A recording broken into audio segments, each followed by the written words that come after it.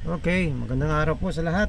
Okay, yan po ang aming fried chicken na napakasarap at napaka-crispy. Tumatagal ng 24 oras. Ibig ko sabihin ay kahit overnight po yan, ha? Kahit nawala yan sa warmer ay talagang tumatagal ang crispiness ng aming fried chicken, ha? Marami nang baba sa akin kasi nga sabi hindi daw nga nagawa ng mga kilalang nagpa-fried chicken na tumagal yung crispiness ng fried chicken nila. Ako daw nakaya ko.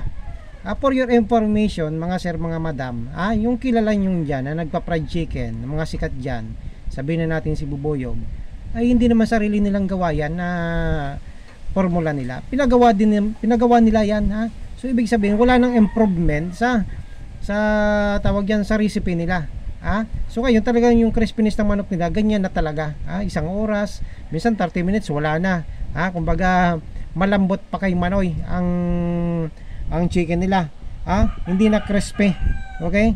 Kasi hindi na nila in-improve. So ngayon mga madam, mga sir, alam ko ibabas nyo ako. Patuloy kayong magbabas sa akin kasi nga hindi naman tayo nagmamagaling. Kulang pa po kayo sa kaalaman.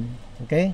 Kasi ilang taon na po natin to pinag-aralan tong pagpa-fried chicken, saka yung ating formula sa breedings para tumagal yung crispiness ng manok natin.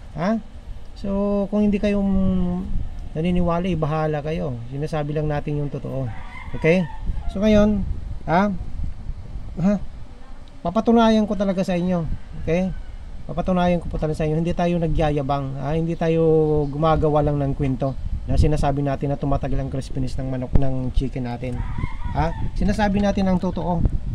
Hindi naman hindi nga ako kilala, hindi tayo kilala. Alam ko hindi tayo sikat. Hindi tayo maitutulid din sa mga alam yung kilala nyo. Pero masabi ko na may laban naman po yung manok natin, yung fried chicken natin. Ang problema lang natin talaga yung pwesto. Kasi sa bahay lang po kami nakapwesto sa ngayon. Kasi nga alam nyo na, maraming pagsubok na dumaan sa ating pagninegosyo. Okay? Nandun yung pasaway na tao. So ngayon, talagang naisipan na lang namin na dito na lang sa bahay magnegosyo o kaya itayo yung pwesto.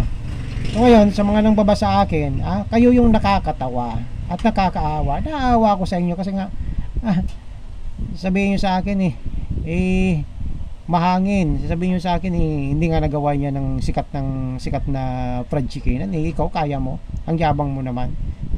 Ipinopromote ka daw yung product ko. Yung may masama bang mag-promote ng product? Paano yung mabibenta kung hindi ko ipopromote? So ngayon, kung ayaw yung maniwala, wala akong magagawa. Pero yung mga customer ko na sinunod talaga yung tamang proseso sa pagluluto at paulit-ulit na nag-order sa akin, sila po yung makakapagpatotoo. At yung mga nag-order dito sa pwesto namin, itong fried chicken namin, hindi ko yan iniinit, although may ilaw yan, pero naka-zero yan, zero yung temperature niya. Kasi nga hindi naman kailangan initin pa tong manok namin, mga sir, mga madam, kasi nga napaka-crispy na talaga. Hindi kailangan ng warmer. Napaka-crispy niya talaga. Yung crispiness niya hindi matatanggal yung postation nyo. Yung crispiness niya yun natutunaw na parang kumakain ka ng chicharon. Hindi masakit sa ngalangala pag ninunguya nyo. Talagang tamang-tama yung crispiness niya, pero yung crispiness niya tumatagal po. Pagtatanong kayo kung ilang oras tumatagal, ay talagang matagal po. Baka mga 2 buwan. Sabihin natin 1 taon. Bahala kayo dyan. So ngayon, bahala kayo kung ibabas nyo ako. Sinasabi lang po natin ang totoo. So sa akin, sa mga customer ko po dyan na naniwala sa atin, i-message nyo lang ako kung yung nabanggit nyo sa akin na hindi tumagal yung crispiness ng chicken nyo ay dahil po sa hindi nyo sinunod yung tamang proseso na binigay ko. Okay? Sana po malinaw yung po sa inyo. Basahin nyo po yun ng maigi. At yung lalo na kung wala kayong o baguhan kayo sa pagpiprito ng manok, hindi nyo talaga agad mape-perfect yung pagpiprito ng manok. Okay? Kailangan tama yan. Tama yung temperature ng settings ng temperature nyo. Tama yung paglubog ng chicken nyo. Tama yung oras. And of course, yung breedings talaga din. Number 1 yan ng breedings. Talagang ang nagdadala niya yung breedings. And of course, yung tamang proseso. Sige po, maraming salamat sa mga basher ko. I love you. Nakakatawa kayo. Nakakatawa kayo. Kasi mga mahina kayong nilalang. mga kulang pa kayo sa kaalaman, mga baguhan lang kayo sa mundong to, mga kumbaga may mga sipon pa kayo, siponin po kayo, mga sipon pa kayo. Maraming salamat.